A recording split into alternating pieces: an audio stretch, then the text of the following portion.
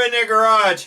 Well, I'm swimming in a ton of crap in my garage. This remodel has not been kind to the small garage that I have, so the plan is to build a storage building. A lot of the stuff that's in the garage that I don't use all the time, I have a spare toolbox. It's a Milwaukee one that's going to go out there in the new storage building. I got plans for moving a bunch of stuff out of here and going over there and kind of making that my work area on vehicles that are going to be here for a while. Still use the driveway for stuff that's going to be quick, but if I'm doing painting or gear changes or anything like that, I can do it out back and not ruin my brand new driveway, which would make Jennifer happy, and truthfully, I'm pretty happy about that too. So I got to go to Home Depot and get some boards for the to go over the slab. So let's go look at where we're going to build the building, and we'll go from there. All right, so here's the pad ready for the building. Keith, my contractor, left his Ramset gun here. It's been sitting out in the rain. It'll be super helpful to use to place my 2x4s as the base for the building. That's the only thing it didn't come with. So I'm going to have to go to Home Depot and get some treated 2x4s to create the base of the building. And then everything else in the kit will build up on top of that.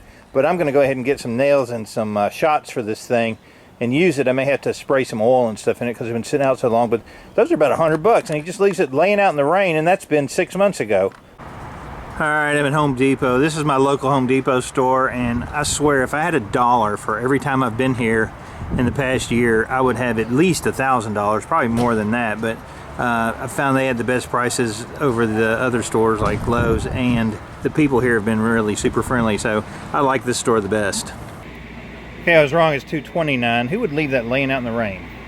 Safety first, I always say, so you got to put your red flag out. Just don't look at when the plates expire. April of 17. No.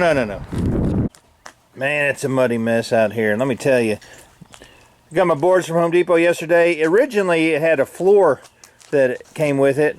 But since I poured the pad, we won't need the floor. This will be the floor, which is way better than like a wood floor.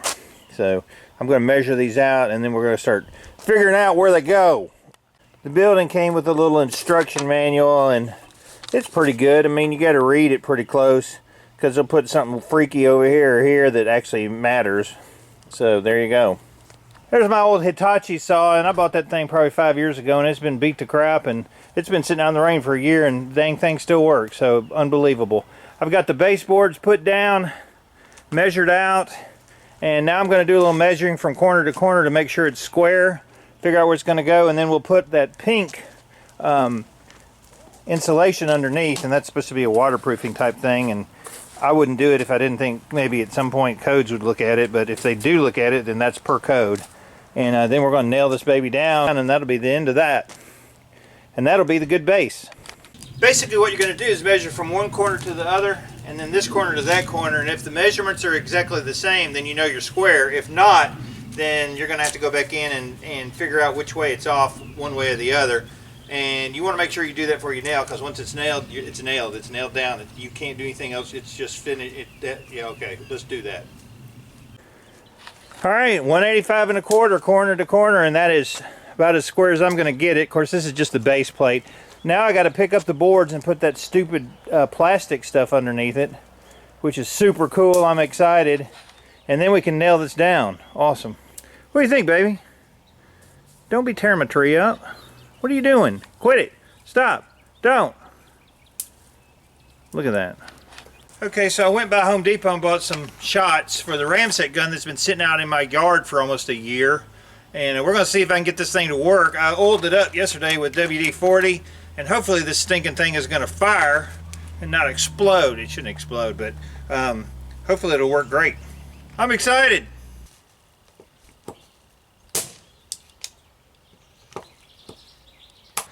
Well, it's kind of working. I think it's gotten wet. It may be messing up my shots. So I'm going to go ahead and take it apart, clean it, let it dry good, and then see if it works again.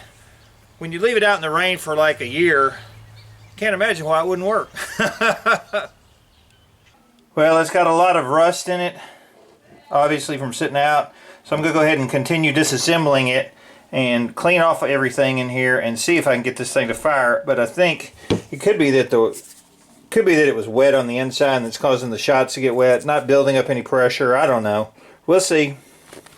Alright, I cleaned all the pistons out, got all the rust out of the cylinder bores. Looks pretty clean. It's sliding back and forth like it's supposed to. Drying out the main body, and then I'll reassemble this thing and we'll see if it'll work. Just makes you wonder what kind of mentally deficient person would leave a nail set gun out in the rain for a year in somebody else's yard. Oh wait, my contractor! Alright, I got this thing all back together. Got most of the rust out of it, lubricated it. So we're going to see if it works now or not. Alright, I think I got it fixed. If it's a gun, usually I can fix it. Tell you the truth. It's all old, so I'll give it a shot and see what happens.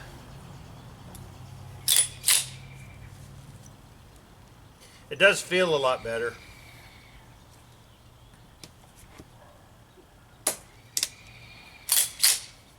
Come on, baby.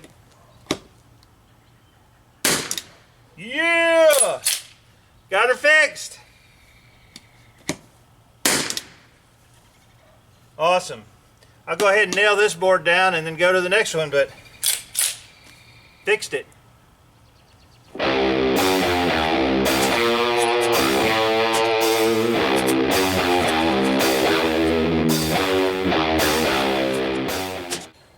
Alright, once I clean the gun out, man, that thing worked like a champ. Nailing these boards down to the pad. That's about all I'm going to be able to do today, truthfully, because it's starting to get dark, but it's beer time. So, rule of thumb is don't leave your $270 gun out in the rain and snow and ice and muck for a year, and it'll frickin' work. Awesome. Next thing I'm going to have to do is take those tarps off and figure out what parts I need for the back. There's going to be extra pieces because there's a wood floor and framing for the floor inside there, but all the other stuff is in there, and I got to start carrying it over there and start building the braces and the walls and everything before the walls go up. Those are his ladder jacks. They've been sitting here for a year. That's his ladder, that step ladder. That little step stool is his. That's his Bostitch crown stapler that's been rusting out here for a year. Sunglasses, a bunch of saw blades, gasket material, tie wire, holy moly. The game plan, if I can get that Gravely stinking running, is to take that blade right there, and I may till it up or I may not have to, but start smoothing all this down from the edge of the pad out to the fence line, and then if I put gravel down, then I'll have a little shop. I can also put a little tent down if I want to do some painting on the outside of the barn, but that'll be cool because it'll be gravel and it won't be muddy. And cars that I'm working on can actually be back here out of sight, not in the driveway that we just poured. It's going to work out great, and I'm going to run power as soon as I know that there's not going to be any inspections. That's going to be it for today. Made some good progress. Had to clean up one of Keith's jacked up guns because he just leaves tools everywhere. I mean, it's just insane.